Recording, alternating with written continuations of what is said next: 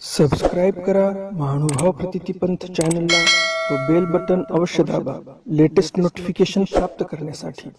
दंडवत प्रणाम। जय श्री कृष्ण। लीळा चरित्राच्या आजच्या ज्ञान सत्रामध्ये आपण एकच लीळा पाहणार आहोत, ज्यामध्ये अनो मंडळीकू उदकानयनी अणोसी घटांतरा धाडणे हे चरित्र आहे। हे नेमकं काय आहे प्रकरण? अनो मंडळीक कुठे पाणी आणण्यासाठी जातात आणि मग घटांतरासाठी कसे धाडतात अनोला? मंडळीकांच्या संदर्भातील नाथोबांना स्वामींनी पाणी भात खायला लावलेला आहे। कशामुळे खायला लावला?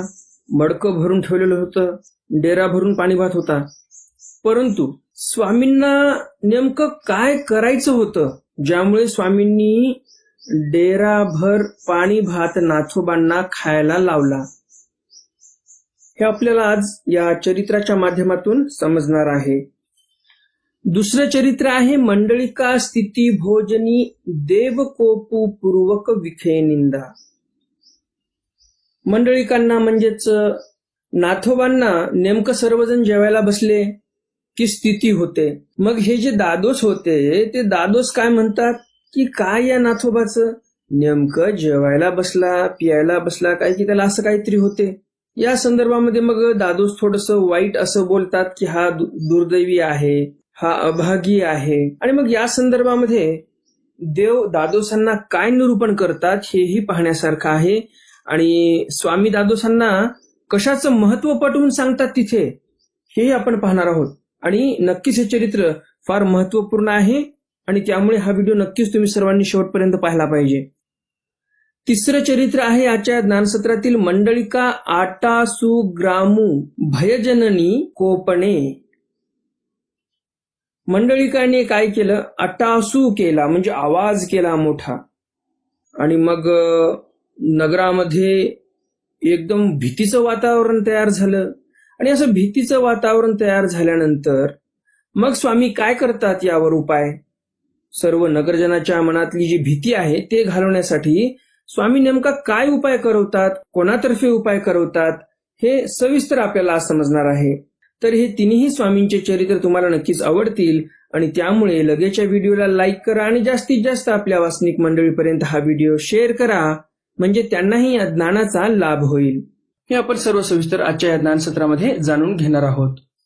नेहमीच्याच प्रमाणे तुम्हाला आजचंही ज्ञानसत्र नक्कीच आवडणार आहे आणि त्यामुळे लगेचच्या व्हिडिओला लाईक करा आणि जास्तीत जास्त आपल्या वासनिक मंडळीपर्यंत हा व्हिडिओ शेअर करा, म्हणजे त्यांनाही या ज्ञानाचा लाभ होईल। तर मग जास्त उशीर न करता चला तर आज काही नवीन ज्ञानार्जन करूया। दंडवत हो।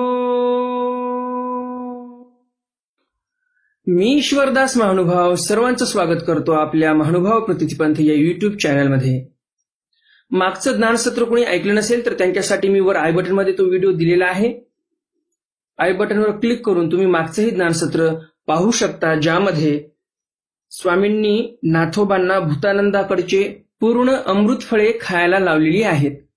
आणि असेच ज्ञानवर्धक व्हिडिओ तुम्हाला आवडत असतील आणि यामध्ये तुमची जिज्ञासा असेल, तुम्हाला दररोज ईश्वरांच्या लीळेचं स्मरण करायला आवडत असेल, ऐकायला आवडत असतील लीळा ईश्वराच्या, तर लगेच या चॅनलला सबस्क्राईब करा, बेल बटन दाबा आणि ऑल ऑप्शन सिलेक्ट करा। जे कोणी पहिल्यांदा या चॅनलवर आले असतील त्यांच्यासाठी ही सूचना होती।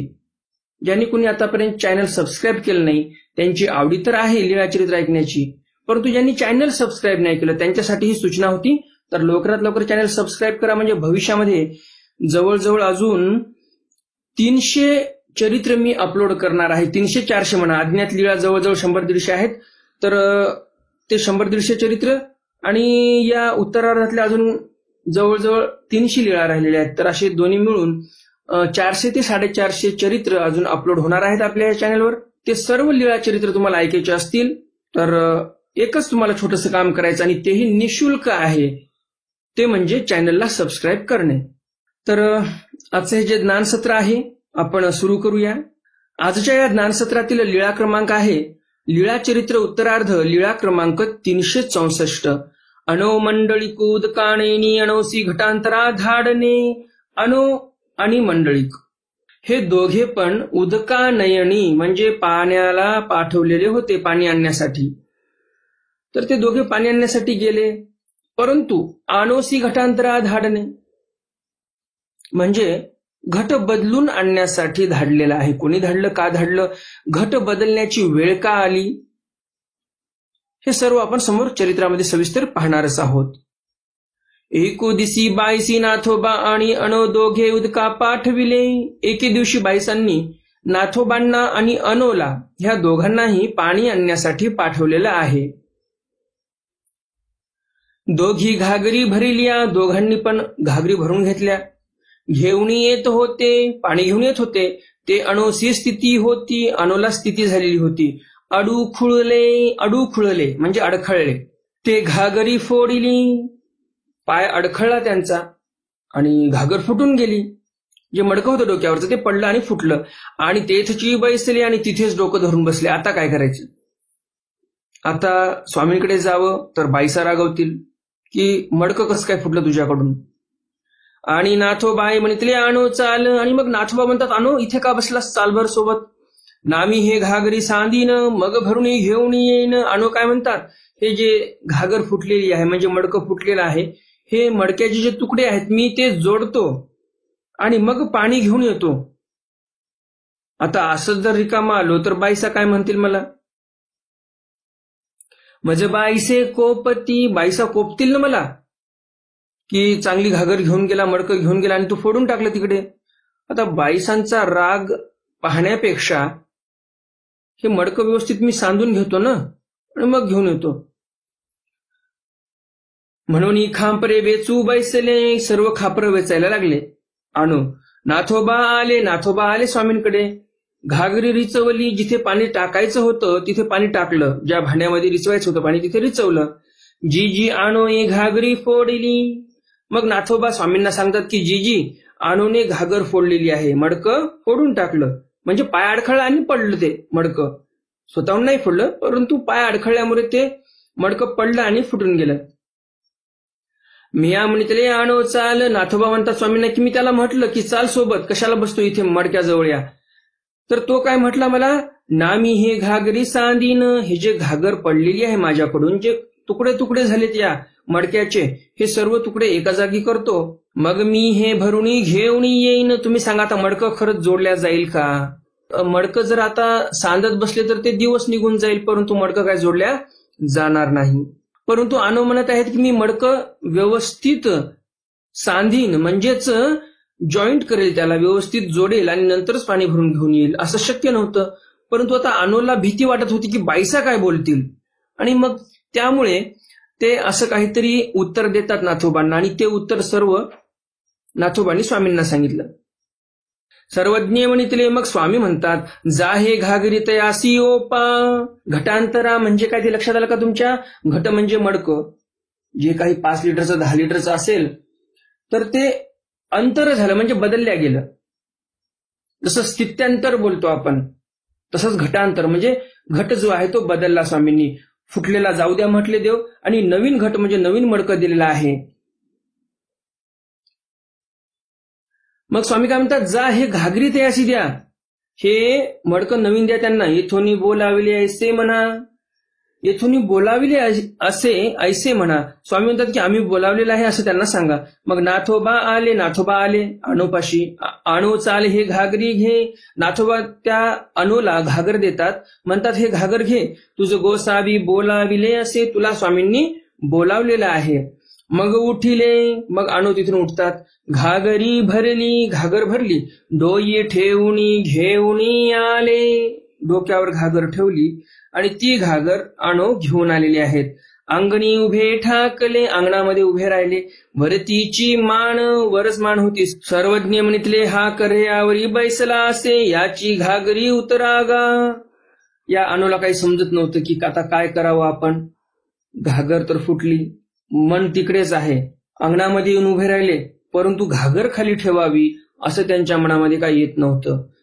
स्वामी म्हणतात, हा अजूनही उंटावरच बसलेला आहे, म्हणजे त्याच्या मनामध्ये अजून तीच गोष्ट आहे. याची घागरी उतरागा, याच्या डोक्यावरची घागर उतरून घ्या. मग घागरी उतरिली, मग घागर उतरून घेतली आणि स्वामींनी ती घागर भक्तजनांना रिचवून घ्यायला सांगितलेली आहे. तर अशा प्रकारे आणूंना एवढं दुःख वाटलं की स्वामींच्या ठिकाणची आपण एक घागर फोडली. स्वामींना देणं तर काही होत नाही आपल्याकडून, परंतु स्वामींचंच आपण नुकसान केलं, एक घागर म्हणजेच एक मडकं फोडलेलं आहे आपण. आणि त्यांच्या मनामधलं ते काही जात नव्हतं, मनामध्ये तेच ते विचार येत होते. स्वामींपाशी पोहोचले तरी पण डोक्यावरची घागर उचलून खाली ठेवावी हेही त्यांच्या मनामध्ये येत नव्हतं. स्वामी म्हणतात की यांची घागर तुम्हीच उतरून घ्या खाली. तर असे अणू होते, त्यांच्याकडून चूक झाली आणि त्याविषयी ते खूप पश्चातापही मनातल्या मनात करतात. लीळा चरित्र उत्तरार्ध, लीळा क्रमांक 365. मंडळिका वारित भक्त भोजनी साल्योदन करवणे. मंडळिकांनी या चरित्रामध्ये भोजन केलेलं आहे पोटभर पाणी भाताचं, आणि म्हणून साल्योदन करवणे म्हणजे स्वामींनी, साल्य म्हणजे काय तर साळी, ज्या शेतामध्ये साळी पिकतात त्या साळींना कांडून मग तांदूळ तयार करतात आणि मग त्याचा भात शिजवतात, तर त्याला साल्योदन असं बोलतात. तर साल्योदन देवाने करायला लावलेलं आहे, म्हणजेच स्वामींनी तांदळाचा भात करायला लावलेला आहे सर्व भक्तजनांना जेवणासाठी. एक दिवशी गोसावी असे उद्याचा पूजा सुरू झाला. एके दिवशी स्वामींचा सकाळचा पूजा सुरू झालेला आहे. मग सर्वज्ञे म्हणितले, स्वामी म्हणतात बाई जे असे ते वेचा. बाई तुमच्याकडे जे काही शिदा आटा जमलेला आहे तो सर्व वेचा म्हणजे खर्ची करा, म्हणजे सर्वांचा स्वयंपाक तयार करा. महात्म्यासहित उपहारू करा. महात्म्यासहित म्हणजे आमच्या भक्तजनांना पण जेवणासाठी चांगले पदार्थ तयार करा, व्यवस्थित उपहार गरमागरम तयार करा. हो का बाबा? बाईसा म्हणतात ठीक आहे. मग सर्वज्ञ म्हणितले, स्वामी म्हणतात बाई तांदूळ वेळा मांडे पुरिया करा वळवट वेळा. मग बाईसे पाणी भातो पाहो गेली तो पाणी भाता डेरा भरला असे. स्वामी म्हणतात बाई तांदळाचा भात करा छानपैकी, मांडे तयार करा, पुऱ्या तयार करा, वळवट पण तयार करा. वळवट म्हणजे काय? शेवया. काही भागामध्ये त्यालाच वळवट म्हणतात. तर स्वामी म्हणतात वळवट पण तयार करा. मग बाईसांनी काय केलं, पहिलं जाऊन पाणी भाताचा डेरा पाहिला, किती पाणी भात आहे. तो पाणी भाता डेरा भरला असे. पाणी भाताने तर पूर्ण डेरा भरलेला होता. बाबा मांडे पुरिया जेविती. मग बाईसा म्हणतात बाबा मांडे आणि पुऱ्या खातील. स्वामींसाठी मी स्वयंपाक तयार करेल तर स्वामी मांडे खातील, पुऱ्या खातील. पाठी तू काले वळवट जेविती, नंतर थोडस वळवट खातील. मग भातू काही जेविती, आणि मग पुन्हा तांदळाचा भात कसं काय खाणार बरं देव, असा प्रश्न पडतो बाईसांच्या मनामध्ये. पाठी तुला पाणी भातू जेविती तरी वायाची कायशा तांदूळ मिळू. नंतर खावाच वाटलं तर थोडासा पाणी भात खातील. मग उगीच तांदळाचा भात कशाला तयार करू मी. गोसावी उगेची होते. स्वामींना सर्व लक्षात आलं बाईसांच्या मनामध्ये काय विचार चालू आहे. परंतु स्वामी काय बोलत नाहीत, कारण बाईसांनी स्वामींच्या विरोधात विचार केलेला आहे. स्वामींनी सांगितलं तांदळाचा भात तयार केला, परंतु स्वामींच्या विरोधात बाईसांचे विचार चालू आहेत डोक्यामध्ये की तांदळाचा भात करण्याची काय आवश्यकता आहे, काही आवश्यकता नाही. मग बाईसे व्यापारू करीती. मग बाईसा व्यापार करायच्या. देवीची गोसावियांचे विडा ओळखविती, आणि सोबतच स्वामींना विडा पण तयार करून द्यायच्या. नाथोबासी सर्वज्ञ म्हणितले. नाथोबांना स्वामी म्हणतात मंडळिका बाईसा ते जेऊ मागा जा. स्वामी हळूच नाथोबांना म्हणतात मंडळिका बाईसा ते जेऊ मागा जा, बरं बाईसांना जेवायला मागा तुम्ही. मग बाईसा ते जेऊ मागो गेले. लगेच नाथोबा बाईसांना जेवायला मागायला गेले. नाथोबा हे असं एक व्यक्तिमत्व होतं, जे व्यक्तिमत्व कधी सापधर म्हटलं तरी स्वामींना प्रतिप्रश्न करत नव्हतं हे व्यक्तिमत्व, आणि जेवायला जा म्हटलं तरी कधी प्रतिप्रश्न करत नव्हते. जेवायला जा म्हटल्यावर कोणी करतच नाही तसं प्रतिप्रश्न की मला का पाठवताय तुम्ही, मला जेवायचं नाही वगैरे, असं सहसा कोणी करत नाही.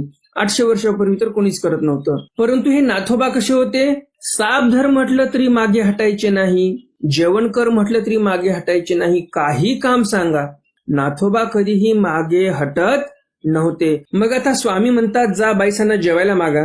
लगेच नाथोबा गेले. काय म्हणतात नाथोबा, बाई मज म्हणिया जावे असे मज जेऊ घाला. बाईशी म्हणतले नाव एक राहे का मा बाबाची पांती जेवी.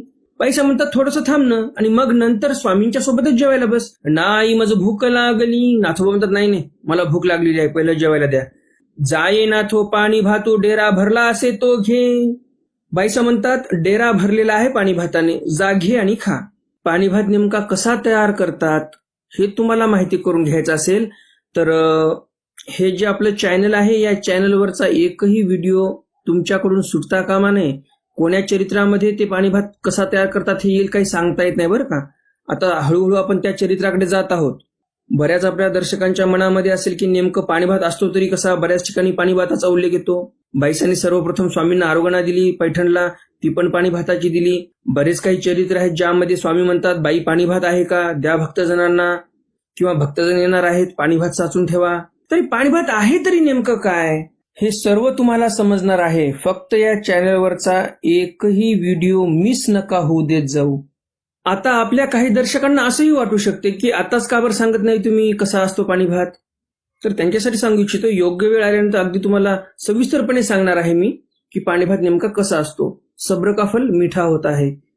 निवांत क्रमाने आपण जाणार आहोत आणि ज्यावेळेस ते चरित्र येईल तुम्हाला सविस्तरपणे सांगणार आहे मी की नेमका पाणी भात कसा असतो ते. तर मग बाईसा म्हणतात नाथोबांना जा, डेरा भरून ठेवलेला आहे पाणी भाताचा, घे आणि खा. मग नाथोबांनी वाटे घेतले, वाटा घेतला एक मोठा.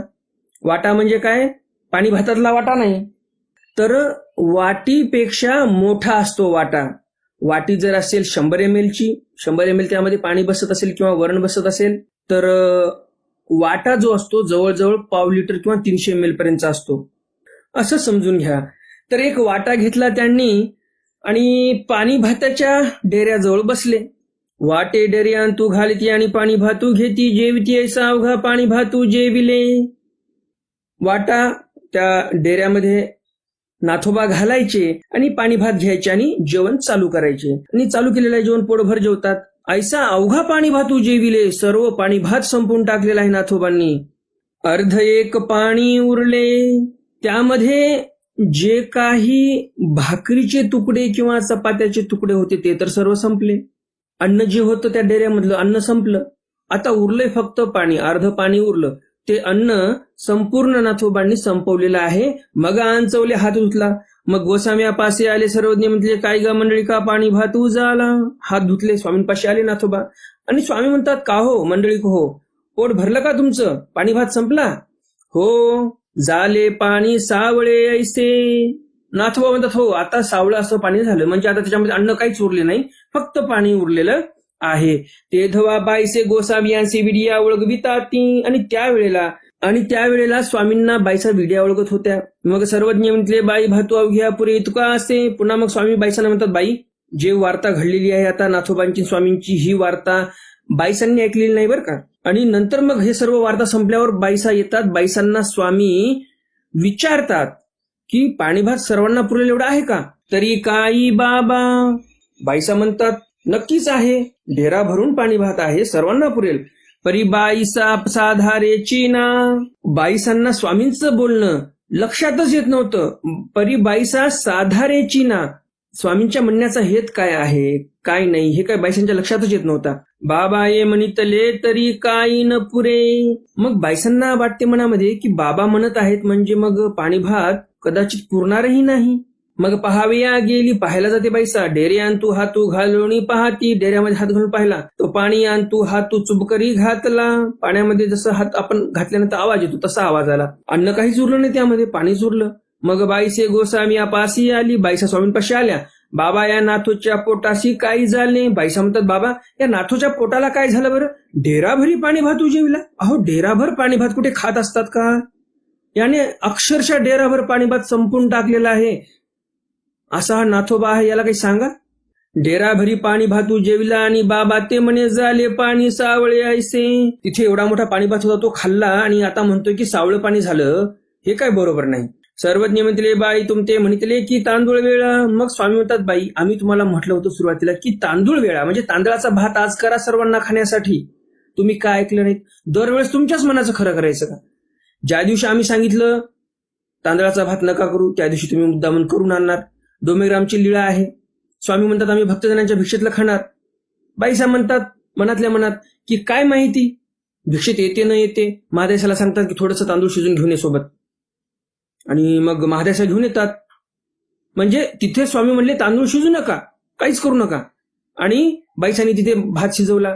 मग स्वामींनी हातामध्ये दगडाची एक चीप घेऊन महादेशा ज्या मडक्यामध्ये भात आणत होते झाकून, त्याला फोडलेलं आहे आणि मग त्या स्थानाचं नाव भांडे भेदन असं पडलेलं आहे. तर ते लीळा आपल्याला माहितीच आहे. तर मग बाईसा अशा करायच्या बघा. स्वामींनी म्हटलं तांदूळाचा भात तयार करा, बाईसांनी तयार केला नाही. डोमेग्रामला म्हटलं होतं भात करू नका, तिथे करून आणला. म्हणजे बाईसा आपल्याच मनाचं खरं करायच्या आणि म्हणून स्वामींना पण ते पटत नव्हतं आणि म्हणून स्वामींनी इथे अद्दल घडवलेली आहे. स्वामींनी म्हटलं होतं तांदळाचा भात करा, बाईसांना वाटते पाणी भात खातील सर्व. मग स्वामी काय करतात, पाणी भात सर्व नाथोबांना खायला लावतात आणि मग तांदळाचा भात का वेळला नाही तुम्ही, असं स्वामी प्रश्न करतात बाईसांना. तरी हे बाबाचेची करणे म्हणा. मग बाईसा म्हणतात तर मग हे सर्व बाबांचंच करणं आहे म्हणा. म्हणजे बाबांनीच सर्व ही लीळा केलेली आहे की नाथोबांना हे सर्व पाणी भात खायला लावलेला आहे. मग बाईसी तांदूळ वेळीले, मग बाईसांनी तांदळाचा भात तयार केला. मग गोसावियांशी पूजावसर झाला. मग स्वामींचा पूजावसर झाला. गोसावियांशी ताट केले, स्वामींसाठी ताट तयार करण्यात आलं. भक्तजन अवघ्या पांती झाली, सर्व भक्तजन पांती म्हणजे पंक्तीमध्ये बसून जेवले. गोसावियांशी आरोहण झाली, गुळा झाला, विडा झाला. स्वामींची आरोहणा झाली. स्वामींनी जेवणानंतर गुळळा केलेला आहे, विडा घेतलेला आहे. ते दिसी कोण नेणो सणू, चरित्रकार म्हणतात त्या दिवशी नेमका कोणता सण होता हे तर काय आम्हाला माहिती नाही. उत्तरार्ध लीळा क्रमांक 366. मंडळिका स्थिती भोजनी देव कोपू पूर्वक विखेणिंदा. मंडळिका स्थिती भोजनी, मंडळीत जेवायला बसले आणि स्थिती झाली. देव कोपू पूर्वक विखेणिंदा, देवांवर सर्वज्ञ श्री चक्रधर स्वामी कोपले. देव म्हणजे दादोस यांच्यावर कोपले आणि विषयाची निंदा केलेली आहे स्वामींनी. एके दिवशी गोसावियांशी उद्याचा पूजावसर झाला. एके दिवशी स्वामींचा सकाळचा पूजावसर झालेला आहे. मग दादोसी गोसावियांशी उपहार आला, गोणी बिनविले. मग दादोसांनी स्वामींना विनंती केली माझ्या उपहाराचा स्वीकार करा. मग गोसावी विनवणी स्वीकारली. स्वामींनी विनंती स्वीकार केली दादोसांची. उपहारू तेथजी निफजविला, तिथेच स्वयंपाक तयार करण्यात आला. मग गोसावियांशी दुपहारीचा पूजावसर झाला. मग स्वामींचा दुपारचा पूजावसर झालेला आहे. गोसावियांशी ताट केले, स्वामींसाठी ताट तयार करण्यात आलं. भक्तजन अवघे ठाये झाले, भक्तजनांसाठी पण ताट तयार करण्यात आले. ठाये म्हणजे आपण म्हणू शकतो की त्यांनी पात्र आणले असतील आणि त्यामध्ये त्यांना वाढलेलं आहे किंवा पत्रवळ्या टाकल्या असतील. तर नाथोबासा स्थिती झाली, नाथोबांना स्थिती झाली. मग दादोसी म्हणतील कैसा नाथो निदैव. दादोस म्हणतात नाथोबा कसा निदैवही आहे, म्हणजे दुर्दैवी आहे, अभागी आहे. खातीये जेवतीयेची वेळे असी हे हो बैसे. नेमकं खायच्या वेळेला असतो काय होतो, वेड्यासारखा करतो, त्याला स्थिती होते. मग सर्वज्ञ मंत्रे महात्म्य यासी झाले ते साणे. मा तुम्ही म्हणता ते थोरू. स्वामींना लक्षात येते. स्वामी म्हणतात महात्म्य हो, तुम्ही जे म्हणत आहात की खाणं पिणं हेच महत्वाचं असते आणि याला जे झालेलं आहे, नाथोबाला जी स्थिती झालेली आहे ती साणी आहे, म्हणजे लहान आहे.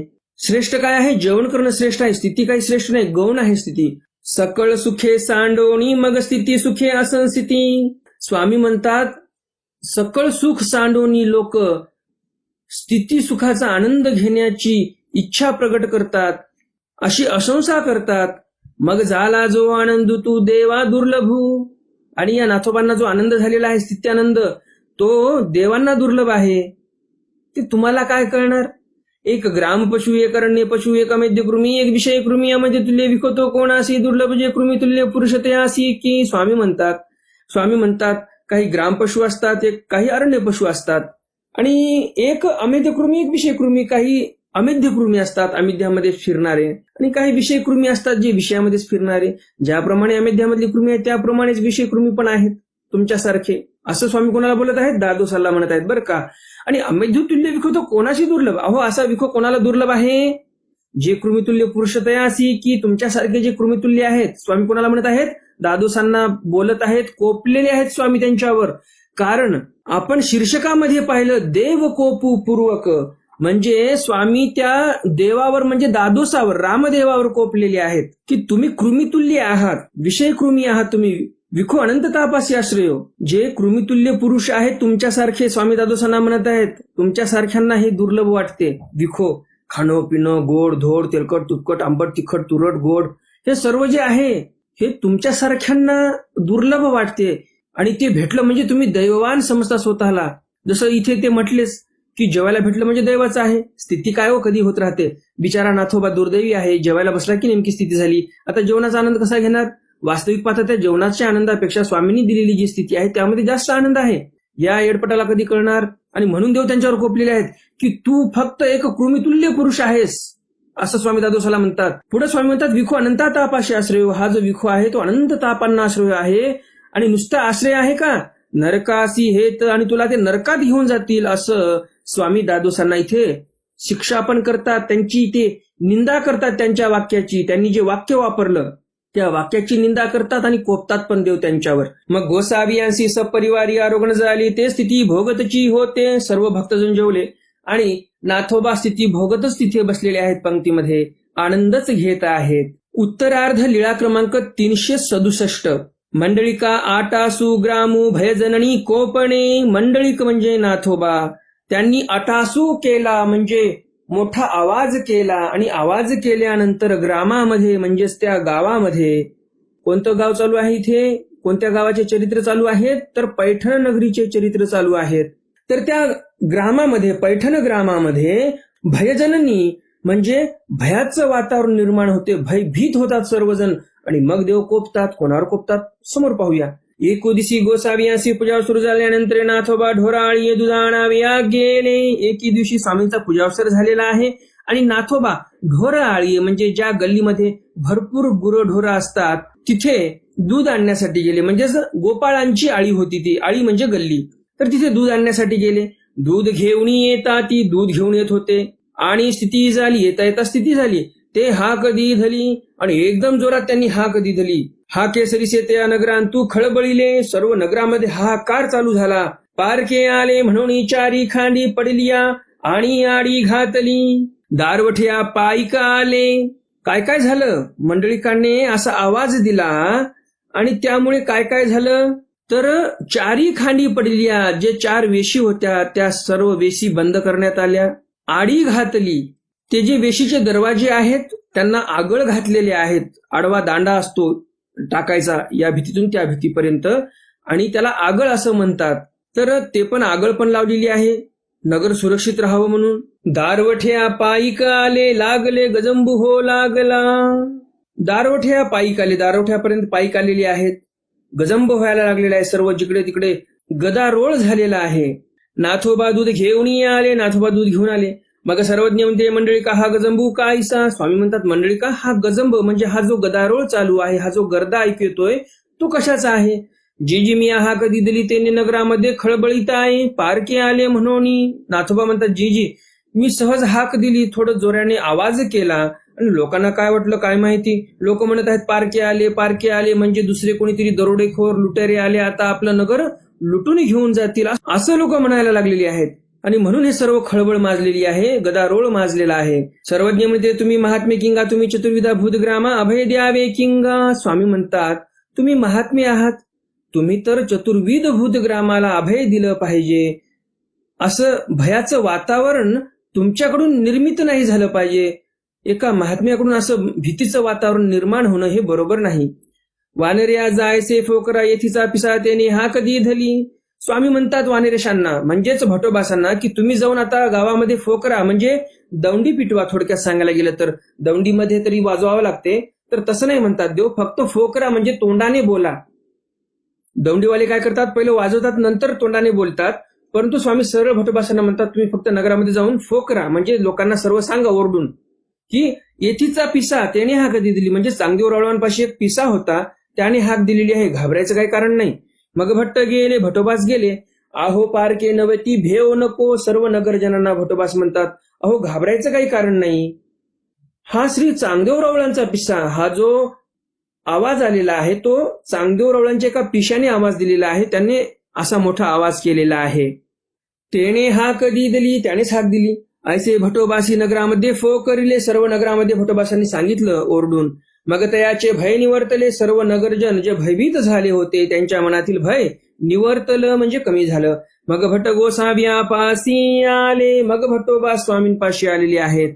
तर अशा प्रकारे ते भीतीचं वातावरण स्वामींनी दूर केलेलं आहे गावामधलं भटोबासांच्या माध्यमातून. नेहमीच्याच प्रमाणे तुम्हाला हे आजचंही ज्ञानसत्र नक्कीच आवडलं असेल आणि अजून जर तुम्ही या व्हिडिओला लाईक केलं नसेल तर लगेच या व्हिडिओला लाईक करा आणि जास्तीत जास्त आपल्या वासनिक मंडळीपर्यंत हा व्हिडिओ शेअर करा, म्हणजे त्यांनाही या ज्ञानाचा लाभ होईल. आजच्या ज्ञानसत्रातील प्रश्न आहे, पैठण नगरीतील सर्व नगरजन का घाबरले होते? साधा सरळ सोपा प्रश्न आहे, फार कठीण असा प्रश्न नाही. तर लवकरात लवकर खाली कमेंट बॉक्समध्ये या प्रश्नाचं उत्तर कमेंट करा. आणि दुसरा प्रश्न आहे आजच्या ज्ञानसत्रातील, स्वामी दादोसांवर का कोपले? हाही सोपा प्रश्न आहे. तर मग भेटूया उद्याच्या ज्ञानसत्रामध्ये सर्वज्ञ श्री चक्रधर स्वामींच्या काही नवीन चरित्रासह, ज्यामध्ये तुम्हाला प्रागवट पर्णानयनी प्रेक्षित मंडळिका आव्हानने खूपच सुंदर चरित्र आहे. मंडळिकांचा एक अजून जन्म लेखी लागतो इथे, हे आपण उद्या चरित्र पाहणार आहोत. इंद्रभटा वसुवार देणे हे चरित्र उद्या पाहणार आहोत. आणि सारंग पंडिता भीड बंधन कथन हे एक खूप सुंदर चरित्र आहे. असे 2-4 चरित्र आपण उद्याच्याही ज्ञानसत्रामध्ये श्रवण करणारच आहोत. तर अशीच श्रवण भक्ती तुम्हाला दररोज करायची असेल तर छोटंसं काम करा, लवकरात लवकर चॅनल सबस्क्राईब करा, जर तुम्ही चॅनल सबस्क्राईब केलं नसेल तर. कारण आताही 50% दर्शक असे आहेत ज्यांनी अजूनही चॅनलला सबस्क्राईब केलेलं नाही. आणि मग होते काय, तुम्ही चॅनल सबस्क्राईब केलेलं नसल्यामुळे तुमच्याकडून काही चरित्र सुटून जातात. तर असा हा अलभ्य ज्ञानाचा लाभ तुम्हाला चुकवायचा नसेल तर चॅनलला सबस्क्राईब करा. 1 रुपयाही मोजायची गरज नाही, निशुल्क सेवा आहे. तर मग भेटूया उद्याच्या ज्ञानसत्रामध्ये सर्वज्ञ श्री चक्रधर स्वामींच्या काही नवीन चरित्रासह. तोपर्यंत दंडवत प्रणाम. जय श्रीकृष्ण. दंड